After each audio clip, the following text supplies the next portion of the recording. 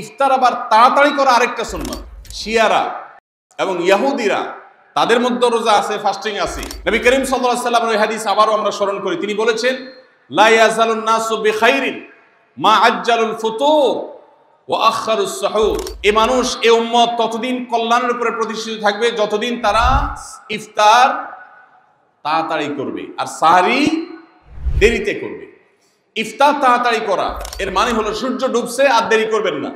শিয়ারা এবং ইহুদিরা তাদের মধ্যে রোজা আছে, ফাস্টিং আছে। তারা সেই রোজায় ইফতার করে হলো চতুর্দিক অন্ধকার হয়ে যাওয়ার পর, সূর্য ডুবার পর পর ইফতার করে না। তো এই জন্য নবী সাল্লাল্লাহু আলাইহি সাল্লামের আদর্শ হলো তার বিপরীত, অর্থাৎ সূর্য ডুবার পর পর ইফতার করে ফেলা, অতিরিক্ত বিলম্ব না করা। আল্লাহ আমাদেরকে আমলের তৌফিক দান করুন।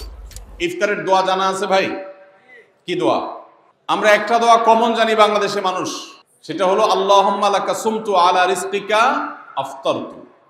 এটাও হাদিসে বর্ণিত হয়েছে, কিন্তু হাদিসের সনদ নিয়ে অনেকে কোনোটা নিয়ে আলাপ তুলেছেন, প্রশ্ন তুলেছেন। আল্লাহুম্মা লাকা সুমতু মানে হলো, হে আল্লাহ, আপনার উদ্দেশ্যে রোজা রেখেছি, ওয়া আলা রিজকিকা আফতারতু, এবং আপনার দেওয়া রিজিক দিয়ে ইফতার করেছি। আর ইফতারের আরেকটা দোয়া হলো যাহাবাজ জামা ওয়াবতাল্লাতিল উরুক ওয়া সাবাতাল আজরু ইনশাআল্লাহ। এটা একটা দোয়া। যদি এগুলো দোয়ামূলক নয়, আমরা দোয়া বলছি, এটা মূলত আল্লাহর কাছ থেকে একটা প্রত্যাশা। এর অর্থ হলো যাহাবাজ জামা, আমার পিপাসা দূর হয়ে গেছে। ওয়াবতাল্লাতিল উরুক, আমার শিরা উপশিরাগুলো সব সিক্ত হয়ে গেছে। ওয়া সাবাতাল আজরু ইনশাআল্লাহ, এবং আল্লাহ চাহেন তো এই রোজার বিনিময় আমার সাব্যস্ত হয়ে গেছে আল্লাহর কাছে, এটা স্থির হয়ে গেছে। এটা হলো ইফতারের দোয়া। ইফতারের দোয়াটা কি ইফতারের আগে করব না পরে করব? ইফতারের দোয়াটা যারা ইফতারের আগে করার পক্ষে তারা হাত তোলেন, অল্প সংখ্যক মানুষ। আর বাকিরা সবাই কি পরের পক্ষে না মাঝখানের পক্ষেও আছেন লোক? সব পরের। মাশাআল্লাহ, সব সূক্ষ্ম সূক্ষ্ম মাসআলা দেখি গাবতলী মানুষ জানে, মাশাআল্লাহ, অনেক অগ্রসর দেখা যায়। আল্লাহ আমাদের সবাইকে দ্বীনের জন্য কবুল এবং মঞ্জুর করুন, মাশাআল্লাহ। ভাইরা আমার, ইফতারের দোয়াটা ইফতারের পরে করতে হয়, যেটা বেশিরভাগ মানুষ জানে না। কিন্তু আমি অবাক হলাম যে এখানে বেশিরভাগ মানুষ আপনারা জানেন, মাশাআল্লাহ, নলেজেবল মানুষ, বোঝা গেছে। ইফতারের দোয়ার অর্থের দিকে তাকালেই তো বোঝা যায় এটা আগে না পরে। দোয়ার অর্থের মধ্যে তাকালে আমরা দেখতে পাচ্ছি যে আল্লাহ শিরা উপশিরা সিক্ত হয়ে গেছে, পিপাসা দূর হয়ে গেছে, এগুলো তো ইফতারের পরেই হয়। অবশ্য আমি অর্থ আগে বলে দিয়েছি, সেটা দেখে হয়তো আপনারা অনেকে বুঝে ফেলছেন, মাশাআল্লাহ।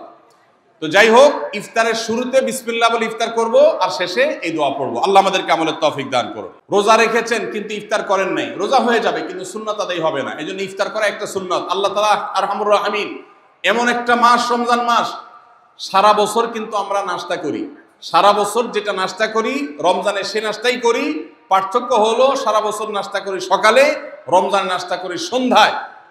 মানুষ দীর্ঘ সময় না খেয়ে থাকার পরে যে খাবার খায় সেটাকেই ব্রেকফাস্ট বলে, সেটাকেই নাস্তা বলে। আরবিতে যে ইফতার বলা হয়, এই ইফতার শব্দের অর্থ কিন্তু নাস্তা। ইফতার শব্দের অর্থ কি? নাস্তা। সারা বছর নাস্তা খেলে কোনো সওয়াব হবে, কিন্তু রমজান মাসে আপনি যদি সারাদিন উপবাস থাকার পর সন্ধ্যায় ব্রেকফাস্ট করেন, অর্থাৎ ইফতার করেন, তাহলে আল্লাহ তাআলা আপনাকে সুন্নাত পালন করার সওয়াব দিবেন। এই জন্য ভাই, ইফতার করা একটা সুন্নাত। সাহরি এবং ইফতারে খেজুর খাওয়া, খেজুর দিয়ে সাহরি ইফতার করা। ইফতারে আপনি অন্য যা খান না খান, খেজুর দিয়ে খাবেন। নবী সাল্লাল্লাহু আলাইহি সাল্লাম আদা পাকা আদা খেজুর দিয়ে ইফতার করতেন, যেটাকে রোতাব বলা হয়। আর যদি সেটা না পাওয়া যেত, সাধারণ যে কোনো খেজুর, সেটাও না পাওয়া গেলে একটু পানি খেয়ে তারপর তিনি ইফতার করতেন। আমরা ইফতারে খেজুর খেতে হয় সুন্নাহ, এটা আমরা জানি, কিন্তু যেটা জানি না সেটা হলো সাহরিতে খেজুর খাওয়া।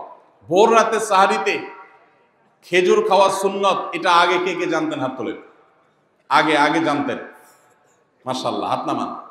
গত বছর রমজানে সাহরিতে ভাত তরকারি যাই খাইছেন না খাইছেন, একটা হলো খেজুর খাইছেন, কারা কারা হাত তোলেন? মাশাআল্লাহ। এদিকে সব আমল করা মানুষ, মাশাআল্লাহ। তাহলে তার ওয়াজ টোয়াজের কোনো দরকার নেই। এত নলেজেবল মানুষ, এত আমলদার মানুষ যদি এলাকায় থাকে, তাহলে ওয়াজের দরকারটা কি? আল্লাহ আমাদের সবাইকে আমলের তৌফিক দান করুন। ভাইরা আমার, ইফতারে খেজুর খাওয়া যেমন সুন্নাত, সাহরিতেও খেজুর খাওয়া সুন্নাত, কিন্তু খেজুর খাওয়া কোনো ফরজ ওয়াজিব না। খেজুরের দাম বেশি হয়ে গেছে, আপনি কিনতে অপারগ। যদি একটা খেজুরও পুরো রমজানে না খান, আপনার রোজার কোনো অসুবিধা হবে। তবে নবী সাল্লাল্লাহু আলাইহি সাল্লাম যেহেতু ইফতার এবং সাহরিতে খেজুর খেতেন, আর খেজুরে প্রচুর পরিমাণ সুগার আছে, উপকারী, যেটা মানুষের স্বাস্থ্যের জন্য উপকারী, প্রচুর পরিমাণ এনার্জি আছে, খাদ্য শক্তি আছে, সারাদিন রোজা রেখে আমাদের যে সুগারের ঘাটতি হয় সেটা পূরণ করার জন্য সহায়ক হয়। এই জন্য সাহরি এবং ইফতারে খেজুর খাওয়া এমনিতেও উপকারী।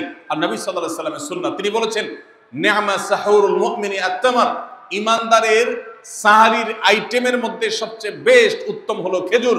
এই জন্য অন্য যাই খান না খান একটু হলো, এক পিস হলো খেজুর খাবেন, ইনশাআল্লাহ সুন্নাত আদায় করার নিয়তে খেলে এই খেজুর সুন্নাতটা আদায় হয়ে যাবে। আল্লাহ তাআলা তা চাহেন। তো রমজান মাসে রোজা রেখে আমরা বেশি বেশি দোয়া করব।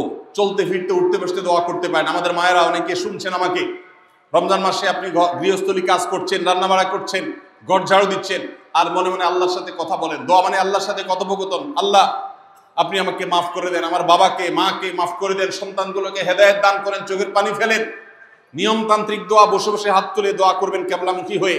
আবার চলতে ফিরতে উঠতে বসতে, এমনকি ওযু নাই সে অবস্থায় দোয়া করবেন। নবী সাল্লাল্লাহু আলাইহি ওয়াসাল্লাম বলেছেন 3 ব্যক্তির দোয়া ফিরিয়ে দেওয়া হয় না। কয় ব্যক্তির দোয়া? লা তুরাদ্দু দাওয়াতুহুম, 3 শ্রেণী মানুষের দোয়া ফিরিয়ে দেওয়া হয় না। এর ভিতরে এক শ্রেণী হলেন মাজলুম, কারোর জুলুমের শিকার হয়েছে এই ব্যক্তি। জালেমের বিরুদ্ধে যে তার মনের আকুতি থাকে, বদদোয়া থাকে, আল্লাহ সুবহানাহু ওয়া তাআলা এটা ফিরিয়ে দেন না। এই জন্য পৃথিবীর ইতিহাসের কোন জালিম আপনি দেখাতে পারবেন না যেই জালিমকে আল্লাহ ছেড়ে দিয়েছেন, আল্লাহ ছাড় দিয়েছেন কিন্তু চূড়ান্ত ভাবে ছেড়ে দিয়েছেন, এমন কোন জালিম আপনি দেখাতে পারবেন না। এই জন্য ভাই কখনো কোন অবস্থাতে কারো প্রতি আমরা জুলুম করব না। আল্লাহ আমাদেরকে সেটা মানার তৌফিক দান করুন। তাহলে 3 ব্যক্তির দোয়া কবুল হয়, ফেরত দেওয়া হয় না। তার ভিতরে একজন হলো মাজলুম, যার প্রতি আপনি জুলুম করেছেন, সে আপনার বিরুদ্ধে যে বদদোয়া করে, এটা লাগবেই লাগবে, আজ হোক আর 2 দিন পরে হোক। নাম্বার 2, মুসাফির, যে ব্যক্তি সফরে আছে, সফররত অবস্থায় সে যদি দোয়া করে, সে দোয়া আল্লাহ তাআলা কবুল করেন। 3 নম্বর হলো রোজাদার ব্যক্তি, as-সাইম হাত্তা ইফতির, রোজাদার ব্যক্তি সারাদিন ভর রোজা করলে ইফতার রাগ পর্যন্ত, সারাদিন দোয়া করলে ইফতার রাগ পর্যন্ত তার দোয়া কবুল হয়। এই জন্য রোজা রেখে আমরা বেশি বেশি আল্লাহর কাছে দোয়া করবো ইনশাআল্লাহ।